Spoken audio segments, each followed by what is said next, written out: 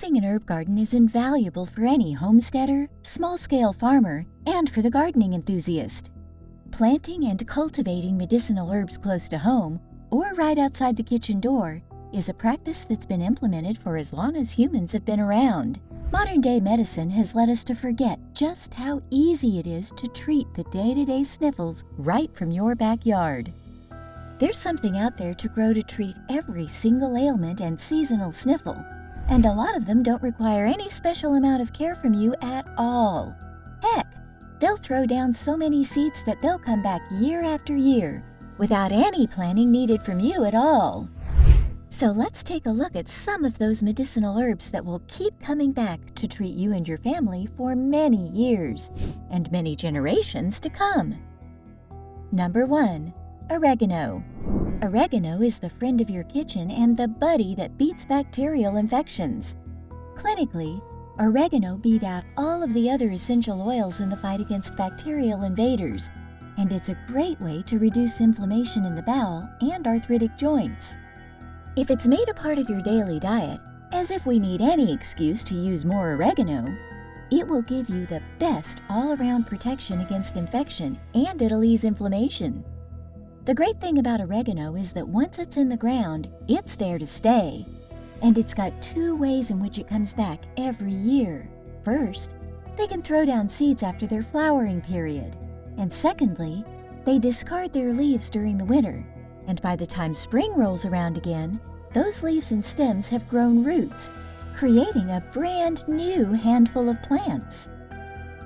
Number 2. Thyme. And since we're on bacterial infections, thyme is another great addition to help fight against bacteria. But it's thyme's other superpower that makes it extra special, and that's its use as a preventative measure against asthma attacks.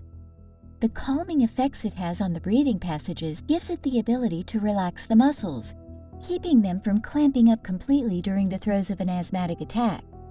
The same can be said for whooping cough, bronchitis, and any condition that causes deep, strenuous coughing or clenching up of the bronchial tract. And it's a handy antiseptic treatment for minor scrapes and bruises, and a more mild insect repellent that isn't quite as pungent as the other options on the table. Getting thyme to take root can be a little tricky, and they won't do well in areas that freeze over completely during winter. But once it's taken hold and it likes its conditions, it's there to stay. Like oregano, thyme spreads by making nodes that form roots on the stems and leaves that fall to the ground when it's their off-season, coming back year after year. Number 3. Cilantro and Coriander. We mention cilantro and coriander together because they are actually the same plant. It's cilantro during its leafy stages, at the beginning of its growth cycle. But once it flowers and creates seeds, well, those seeds are coriander. Brain, heart, digestion, and skin can all benefit from coriander, and it's an excellent blood sugar regulator. Cilantro comes in to save the day for outward applications, like for sunburns, rashes, hives, and to treat poison ivy. Inward applications include brain inflammation in Alzheimer's patients, soothes menstrual cramps and urinary tract infections, and helps regulate menstrual cycles. Planting coriander is mind-blowingly easy. If they've got sun and water, just about nothing can kill it off. And once it produces seeds, they spread it so far and wide that you never have to worry about replenishing your bushes with store-bought saplings. Number 4. Rosemary and Lavender. Rosemary and lavender, though 2 very different plants with different medicinal uses, require the same conditions and method in which to propagate and spread. So, we'll put the 2 together to save you some time. Actually, growing them next to each other isn't a bad idea either. They like each other so much you might as well. Both are perennials and bounce back every year. And when they eventually do reach the end of their lifespans, which is just about never, or they suffer from disease or some other unexpected factor, just stick a few cuttings in the ground and walk away. Lavender is a little more finicky and might require propagation indoors before planting them outside. With lavender, you can bring down your blood pressure, relieve pain after childbirth and during menstruation, and it's an excellent all-around stress, migraine, and sleep aid, all while making your house and your laundry smell divine. Rosemary is good for improving memory, relieving muscle inflammation, and it's a well-known immune booster. Given that it's an immune booster and is easily absorbed by the gut, rosemary works well to aid other herbal remedies enter the system more efficiently. Whatever you're treating, add a little rosemary to speed up the process. Number 5. French Teragon. Teragon in general is a good medicinal helper to have in the garden, but most Teragon varieties are difficult to get to take root and they are notorious for poor germination. The French variety, however, spreads just like rosemary and lavender do, and with very little help from you. All they need is a fresh coverage of manure before the winter, burying those stems for a few months. When the weather warms, whatever was buried under all that fresh food will have sprouted just in time to enjoy the new warmth. Besides being a fighter against depression and a general immune booster, Teragon increases insulin sensitivity for the beginning stages of diabetes, and it's a natural fungicide. Number 6. Sage. Most of us know sage for its menopausal relief and as a memory booster. But did you know it fights cancer and infection too? Sage is a pretty no-nonsense plant to keep around. They love pots and open soil equally, and they're just as happy outside as they are inside. Russian sage is especially prolific. Even though their growing season is short, they spread so many seeds from those bulbous flowers that it can actually be a bit of a headache to keep them under control. Number 7. Garlic.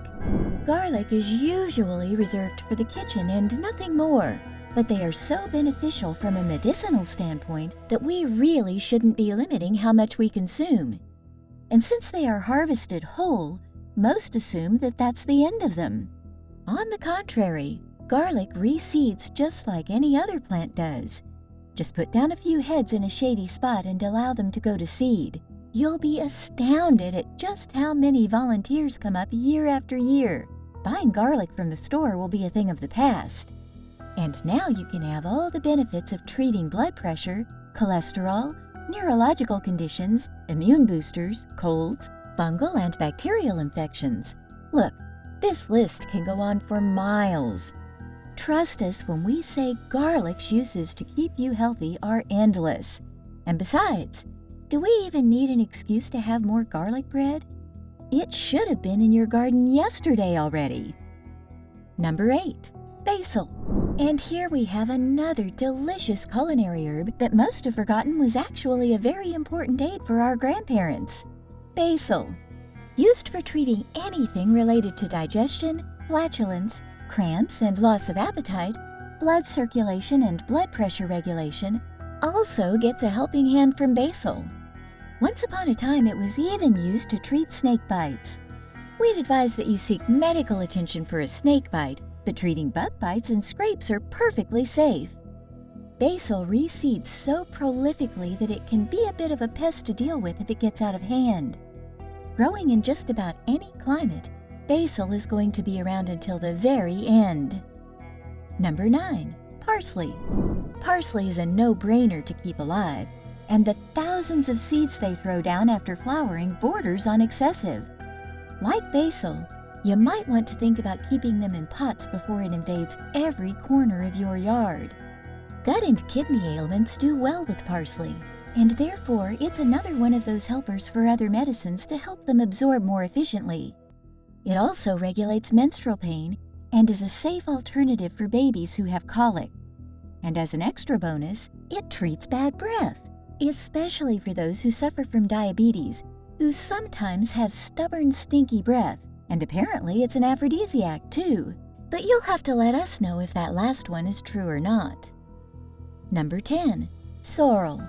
Sorrel is tangy, delicious, and the age-old assistant to manage blood pressure, anemia, and to repair degraded cells after a long illness. It also slows aging and is said to increase eyesight. But I'm still wearing glasses, so let's take that last one with a grain of salt. Sorrel regulates itself every season through seed, but it does need shade and cooler temperatures to do well. Dry, arid, and desert conditions just won't do for this fruitful helper. Number 11. Dill. Dill isn't just for pickles. Breastfeeding mothers can increase their lactation by consuming it, and it's an overall digestion and gut aid, whether that be for flatulence, constipation, cramps, or indigestion. Everything is edible, root, leaf, and seeds. But be warned, dill is a monster to get rid of once they start throwing down seeds. Give it a patch reserved just for spreading out in. There's no use trying to contain this prolific weed. We mean herb. Number 12. Mint and lemon balm. And speaking of invaders, let's not forget mint and lemon balm. Both are related to the mint family, and predictably they spread in the same way. By spreading feelers through the ground, sprouting far and wide. Seriously, keep them in pots where they can be contained to a single space, or they'll just end up choking out the rest of your garden. Their roots are so strong and insistent that they'll snake through wooden raised beds, breaking the wood apart. The two might be related, but their applications are very different from one another. Mint is a good pick-me-up in the morning, and congestion related to allergies and seasonal colds benefit a great deal from its passage-opening effects. It's a gentle relief from irritable bowel syndrome and digestive issues in general. Lemon balm, on the other hand, treats heartburn, cold sores, high cholesterol, and insomnia. Heck, it's even been used to treat genital herpes of all things. Number 13. Yarrow. We can't make a list about medicinal herbs without mentioning yarrow. Mother Nature made sure that we have a medicinal powerhouse that can grow anywhere and in almost any environment to make sure that us humans always have help at hand. Yarrow is the master of pain. Any kind of pain. Toothaches, migraines, stomach cramps, achy muscles. You name it, and yarrow's got your back, which probably hurts, so have some yarrow for that too. It stimulates regular blood flow after childbirth and reduces the chance of developing an infection. It is one of the few things that could pull women out of childbed fever, an otherwise deadly infection in the uterus. They're sometimes called ditch lilies because they grow so prolifically. Number 14. Chicory. Chicory was originally from Northern Europe and Asia, where it was used predominantly to treat everything from diarrhea to malaria. All of the reproductive organs' health can benefit from it, and there was even a time when it was used in the treatment of lung cancer. It's been the go-to hangover cure for centuries, and it's by far the best substitute for coffee in the world. The instant coffee in your cupboard is mostly made from chicory, and wherever the little plant was brought to, it just thrived like it belonged. Since sea travel became possible, it's found roots in Australia, South Africa, and South America, growing alongside all of the other native weeds, returning year after year like it's an old friend. Number 15. Rue. Rue doesn't need any help from you to germinate in time for spring. It's more comparable with a wildflower than anything else. It was just made to take care of itself. Rue is all about the blood and the heart. Heart palpitations, better blood flow, clotting disorders, and to treat weakening cardiac muscles. It strengthens blood vessels, including those in the eyes, and it's been one of the best treatments for parasitic infections in humans and livestock since forever.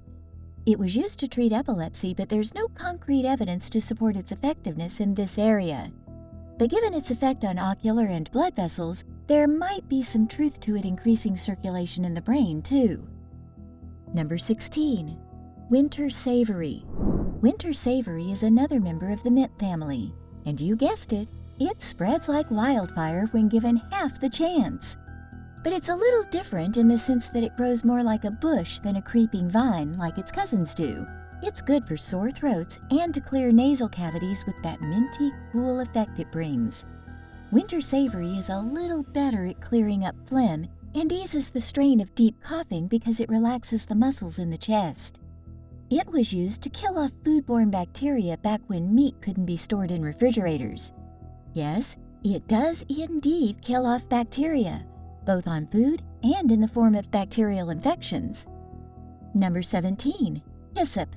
Purple hyssop blooms are an eye-catching feature for any garden, and it makes such a great addition to tea that it's worth keeping in your garden just for those reasons already. It treats burns, rashes, a wide array of respiratory conditions, and it's got those antiviral properties that blooms just in time for flu season. It's a plant that's more appropriate for cooler climates, with warm summers and snowy winters. But other than that, it just needs a little shade and it'll reseed itself year after year. Number 18. Roman chamomile. Roman chamomile is the easiest and most prolific of all the chamomile species. It grows in clumps, and when it dies off during the winter, it uses its own dead foliage as fertilizer for the seeds that it threw down. It's the kind of plant that you just forget you had, until suddenly the garden is filled with white and yellow blossoms again. Besides the well-known benefit of aiding sleep and relieving stress, chamomile is very versatile in treating skin conditions, from acne to rashes and even itchy butt bites. Given that it's a reliant already and anti-inflammatory, it can reduce the puffiness that comes with allergies and relax the muscles to ease strenuous coughing and sneezing. Number 19. Marshmallow. Marshmallow, the plant, not the candy, is pretty tasty all on its own too. It's been used to treat coughs and sore throats for centuries. It doesn't just soothe coughing fits, it also reduces inflammation. But there's so much more to marshmallow than just its uses in the respiratory tract. Urinary tract infections, outward rashes, stiff arthritic joints and muscles, and just about anything that causes swelling and inflammation goes right down with some marshmallow tea. It was also the predominant ingredient to treat the raging infection that is gangrene. This inconspicuous little bloom doesn't just purge the system of toxins, it boosts the immune system enough to recover from whatever viral or bacterial infection you had running rampant in your system. Adding marshmallow to any herbal treatment is a good idea, no matter what the condition is. And given that it's a wildflower, you can just imagine how hardy it is and how far it can spread if you let it. Number 20. Tanzy. Tanzy spreads by multiplying its root system. Plant one now, and within the year you'll have a dozen new shoots that seemingly sprang up overnight. Tanzy is a great helper for mothers everywhere. It gets rid of head lice, it's a natural parasite treatment, and it treats fevers by promoting sweating. In other words, everything that your kid can pick up at daycare. It was even used to treat epilepsy and tuberculosis back in the day. Number 21. Clover. Clover isn't just for cows and the goats. It's the herb that every woman needs. Red clover specifically treats menopausal transitions, regulates mood swings, encourages the release of serotonin to help battle depressive episodes, and it's a good all-around tea to have around when you're on your menstrual cycle or if you've just given birth, to get those hormones working optimally again after they've been riding the roller coaster that is giving birth. Number 22. Good King Henry. The good old King Henry is here to help your iron deficiencies and to treat deeper respiratory infections like bronchitis. And unlike the other constipation remedies that are a little too aggressive for comfort, the King offers a more mild relief over time when taken daily. But the King reserves his services for colder climates. He likes things wet, muggy, and winters cold enough to freeze over. If that's your climate, then he'll be the royal addition that your garden needs, with the least amount of effort to maintain. Number 23. Sweet Sisily. Sweet Sisily is just lovely. They create canopies of small white blossoms that look like clouds resting beneath shady spots. Make sure you set enough space aside for them to flourish. They don't need much more than a little room to be happy. Sisily is here to clear out your system. It removes toxins, aids digestion, and cures constipation. If you ever needed a good cleanse, throw away the celery. Sisily will do the job much better anyway. Number 24. Feverfew. Feverfew and chamomile look alike, and they spread the same way. But Feverfew is ideal for treating any kind of pain, tooth, migraine, or cluster headaches, earaches, and it's great for stomach cramps. Studies suggest that it can inhibit the growth of cancer cells, and it's been confirmed to improve kidney function and to treat any kind of inflammation. Number 25. Lovage. Lovage is a little-known herbal remedy. Growing as high as 6 feet tall if they're given enough room, they spread their seeds in much the same way that dill does. Not that they even need to be as fertile as they are. The plant can live comfortably for 3 years if they're taken care of properly. Lovage is here to spread the love to the elderly and the young. Mild enough for children's sore throats and those pesky tonsils. And for our older viewers, it'll treat arthritis, jaundice, and strengthen the heart without being overwhelming. So, tell us, what are you planning on adding to your garden this year? And are you as excited as we are about having a garden full of treatments from our heads to our toes and everything in between? Tell us about your plans for the spring in the comments below. Don't forget to hit that like button and share this with other plant lovers. Tune in next time as we continue our journey through the fascinating world of medicinal herbs. Until then, stay curious and embrace the power of nature's pharmacy.